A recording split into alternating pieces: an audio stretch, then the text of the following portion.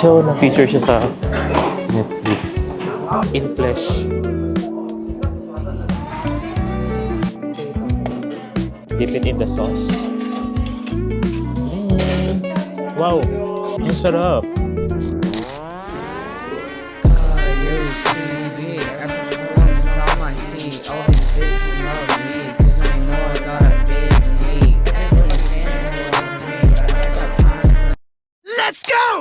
Hi guys! Welcome back to my channel. Or tonight, nandito tayo ngayon sa Gwangjang Night Market kung saan pwedeng mag-food trip ng mga local Korean foods. Nakita ko lang sa vlog ni JM. Ito siya, malapit ito doon sa DDP. Parang walking distance lang, siguro mga 1 km. Pwede nyo rin namang i-train or i-bus. Pero I suggest na lakarin nyo na lang kasi maganda rin naman yung makikita nyo sa road. So tara, itry natin yung mga food dito for our dinner. Let's go!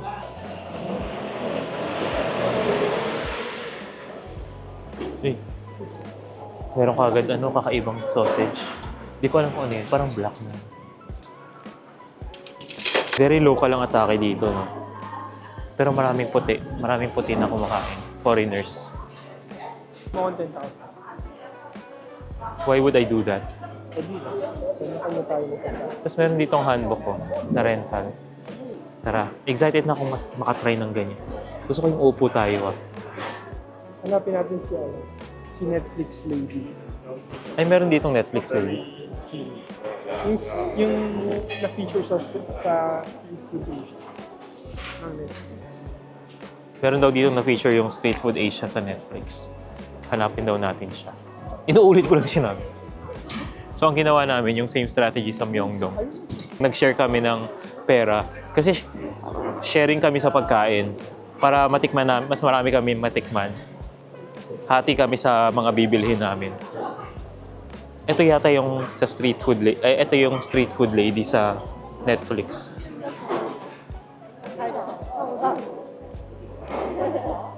So, na-feature siya sa Netflix. The star herself. Ang binibenta niya is noodles na may dumplings. Sabaw-sabaw. Ito yung kanilang menu, guys. Medyo jam-pack dito, so may pila ng konti. 14,000 siya. 20K lang ang ating budget. Pero meron na siyang dalawang dish, no? Soup, tsaka yung sikat nila na mandu. Kimchi mandu, tsaka pork mandu. Ang busy nila. Ayan si Madam. In Flesh. Nakaka-proud naman si Madam. Dahil na-featured siya, ang dami nang bumibili sa kanya.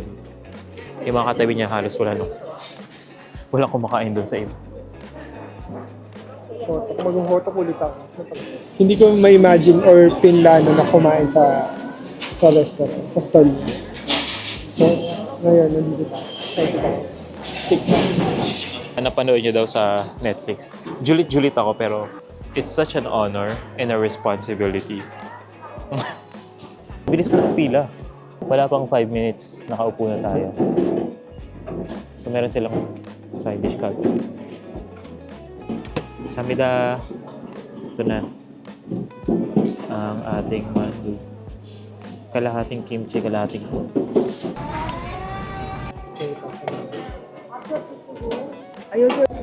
Tikman muna natin yung sabaw.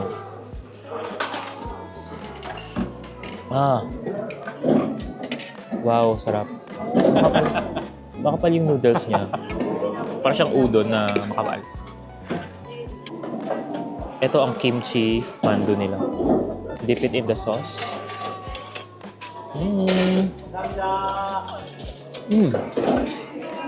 Wow!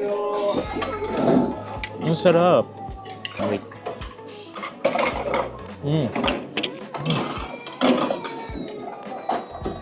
So good. Medyo may kalasa siyang cup noodles ng laki mo. Pero mas masarap to definitely. Tsaka knowing na fresh to. Alam mo yung sabaw nung cup noodles ng Nissin pala, hindi laki ng Nissin na seafood. Parang ganun siya. Cheers! Mm. 8/10. Ito 9/10 yung mandu. 8/10 yung soup. Ano? Highly recommended yung pork. Pwedeng pork na lang kayo kung pupunta kayo dito. Pero try nyo rin yung kimchi. Ang gulo ko. Ang gulo ko mag-recommend.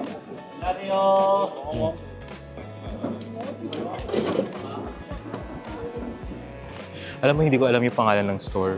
Pero si Netflix lady, nandito lang talaga siya sa bungad eh. Pagpasok mo, Cheonggyecheon. Solid, solid tol. Solid tol! Adi approves, Adi recommends. Try nyo si ate. Ay, si ate. Yung pagkain. Yung pagkain ni ate. Ang ating kinikrave, almost the same yung mga ino-offer nila minsan. Ayan.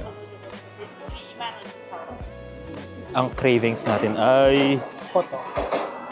Kailangan mo ito. Kailangan ko, pero sa palagay mo ba magugustuhan ko? Wow. 2,000 lang siya. Kaya 80 pesos. Kasi, pero hindi mo naman siya necessary. Okay for the cloud. Wow. Mabubusog tayo dyan sa tubig eh. Ang ating gusto ay something na savory.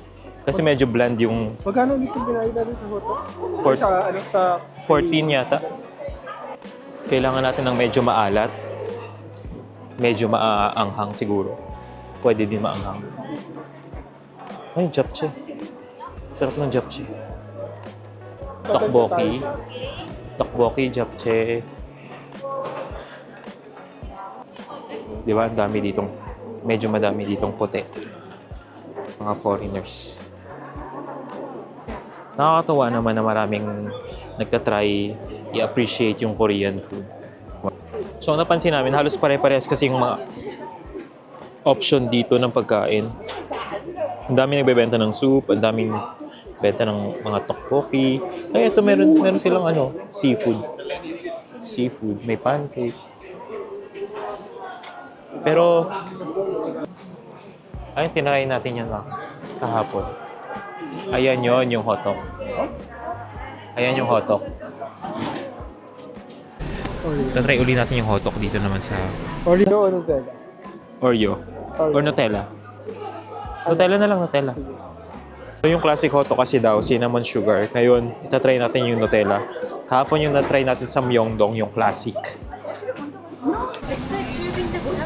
Meron din ditong bilihan ng mga pasalubong pala, oh.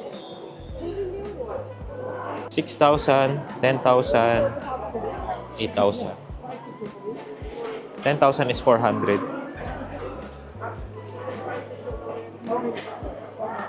Sa may harap siya ng tindahan ng hotdog. Ang lang sa hotdog, no? Deep fried kasi siya. Ay, hindi naman siya deep fried. Pero, ayan, nakadrench siya sa oil. Tapos pinipress nila ng pinipress. So, possibility talaga is mamantika yung food. Pero meron naman siya na papatuloyin naman muna siya bago siya ibigay sa'yo. Ayan, no? Dinidrain naman ni ate. Tsaka mukha namang malinis yung mantika. Ayan yung Nutella natin.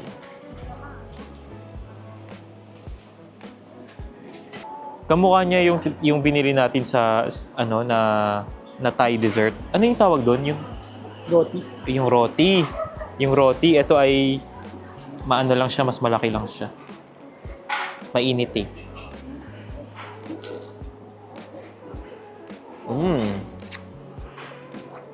So meron pa rin siyang cinnamon sa loob. Kahit Nutella flavor siya. Pinahiran lang siya ng Nutella. Akala ko naman papalamanan nila ng Nutella. Kaya ako din. Kasi sa Pilipinas, nung meron pang nagbibenta ng ganito. Kung ano yung flavor, yun yung nasa loob.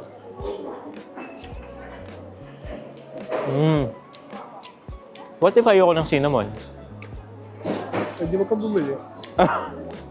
Sungit mo naman na tindero. Nag-budget lang naman. Sarap naman siya, 6/10. Kaya offended. Favorite ko ito eh. Parang feeling ko mas okay siya na walang Nutella. I'm not sure kasi nako-confuse ang aking palate. Doon sa cinnamon tsaka sa Nutella, parang nag-aaway sila eh. Though gusto ko yung nasa Myeongdong. Tayo ni kimbap. Pile? Hindi, nabasa ko lang. Sige, bibili tayo ng chike. Sweet rice punch. Chike. Pag ako hindi natuwa dyan. 2,000 Korean won. 80 pesos.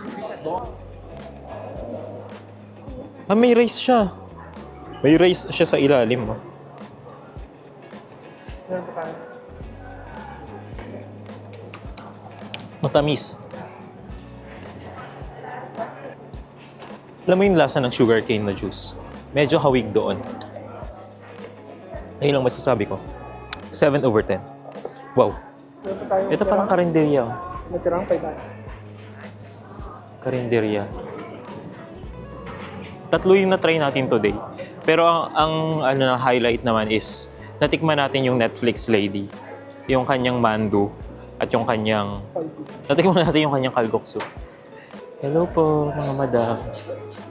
Alam mo, parang ang swerte natin na nakakain tayo kaya ate ng kayo agad sa Oo, kasi ang daming minsan na pila dyan eh. Based na din doon sa mga videos na napanood natin before. Pinipilahan yung mando ni ate. Tapos nasa bungad lang siya, madali siyang mahanap. Tapos nandun din siya sa harap, naka-pink pa. Nagpa-pop siya sa crowd. Madali siyang ma-identify kung sino siya doon. Eto, dadaanan uli natin si ate. Imagine anong oras na? 8:00 pa lang pala. Dinner time. Pero may pila pa rin. 7 p.m. pa lang sa Pilipinas. Diyan kami kumain. Hindi ko alam yung pangalan ng tindahan niya kasi puro Korean yung nakasulat. Okay, kung meron tayong irarank na favorite natin, ako yung mandu tonight. I think na that's it for today. Ang importante is na-try natin yung mandu ni Netflix lady. Ito ay magandang side trip, no? Since na malapit nga lang siya sa DDP. Ayun. Problema dito sa Gwangjang Market, guys. Medyo konti yung options, no? Yung mga store kasi medyo pare-parehas yung binibenta nila. Eh kung gusto mo ng diversity or medyo iba yung food trip mo, mas okay sa Myeongdong na pumunta kasi mas marami dong options. Dito, traditional street food and parang pang-local siya. Yung place din para siyang market sa atin, yung mga wet market sa atin. Tapos ang dami ring parang stores na sarado na. Hindi ko alam kung anong oras sila nagsasara pero 7 p.m. kami dumating eh. So kung pupunta kayo and gusto nyo bukas lahat or marami kayong matry, I suggest na mas agahan. Again, malapit ito sa... Dati daw ang tawag dito ay Dongdaemun Market. Malapit siya sa may DDP, sa Seoul Station. So, pwede nyo siyang puntahan na sa side trip, pero kung sasadyain nyo, medyo, I would recommend kung food trip ang gusto, sa Myeongdong kayo mag-food trip ng Korean. Doon marami kayong pagpipilian. Sabi sa nabasa ko, this market is one of the oldest market din dito sa Seoul and one of the largest market. And ito talaga yung parang authentic Korean market. Myeongdong kasi medyo developed and mas mahal yung mga nandun. Mas mura yung mga nandito kung i-compare mo rin yung prices. Yung parang Malo ice cream nila dito, mas mahal comparatively doon sa Myeongdong kaysa dito. So kung gusto nyo makatipid, mas magandang mag-food trip dito. That's it for today, guys. Thank you so much for watching and see you again on our next adventure. Bye-bye!